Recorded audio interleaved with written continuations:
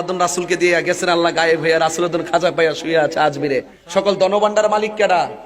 কথা কনা আরে কথা কন। সকল ধনভাণ্ডার মালিক কেডা? আল্লাহ।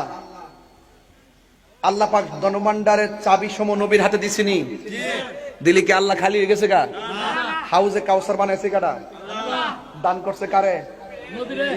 তাই না? তো আল্লাহর এটার থেকে মালিকানা গেছে গা? আল্লাহ দান করছে দিকে আল্লাহ কমে গেছে গা? তাহলে আল্লাহর দন নবীর দিছিনি? নবীর দিলে কি আল্লাহ খালি হয়ে যাগা? আমি কিরি কইছি আল্লাহ গেছে গায়েব হইয়া? আমি কি তা কইছি একবার আল্লাহ হারাই গেছে গা? গায়েব তো বুঝছ নি বেটা? আল্লাহ যিনি ইউমিনুনা বিল গায়বি ওয়া ইয়াকিমুনাস সালাতা, যারা বিশ্বাস করে গায়েবের উপরে, এই অর্থ বুঝছ নি বেটা?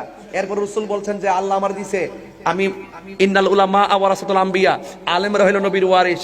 আমি আলেমদের জন্য দিনার রেখে যাই নাই, দিরহাম রেখে যাই নাই, আমি রেখে গেছি এলেম। কি রেখে গেছি?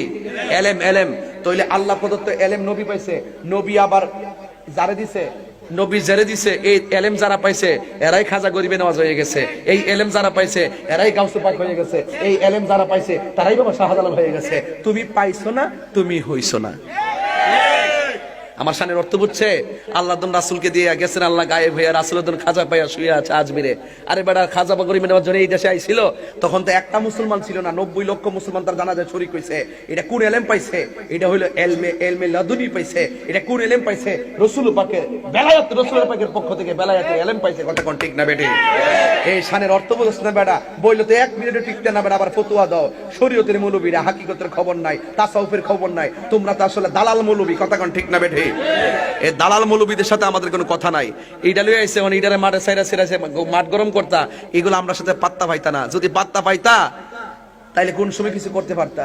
আসো, খেলা হবে। কি খেলা হবে? দলিলের খেলা হবে। দলিলের খেলা হবে, লাঠির খেলা হবে না তোমাদের সাথে। ঘুমটা দিলে একটা আউলা লাগাই বই দিছ।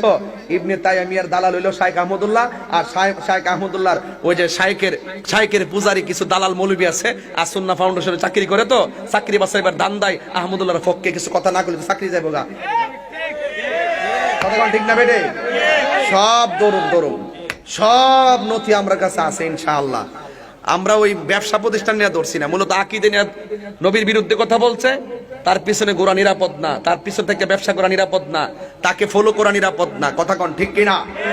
আমরা অন্ধ না, আমরা অন্ধ না। একবার কয় আমরা ইমামরা, আমরা আপনাদের মধ্যে যারা ফলো করেন, হ্যাঁ তারাও তো কইয়া গেছে এই কথা। আমি বলছি তারা যে কইয়া থাকে, আমরা তারা প্রত্যাখ্যান করব। যে ব্যক্তি নবীর 1 সেকেন্ডের জন্য মানবে না, আমরা তোদের মধ্যে তো অন্ধ দালাল না। আমরা যদি দেখি যে আমার বাপ নবীর বিরুদ্ধে কথা বলছে, আমরা বাপের বিরুদ্ধে দাঁড়াবো। কথা কন ঠিক না বেটে? এই জন্য বলুন, আমরা নবীকে জানের চাইতে ভালোবাসতে চাই কি চাই না? আরো যারা চাই কি চাই না?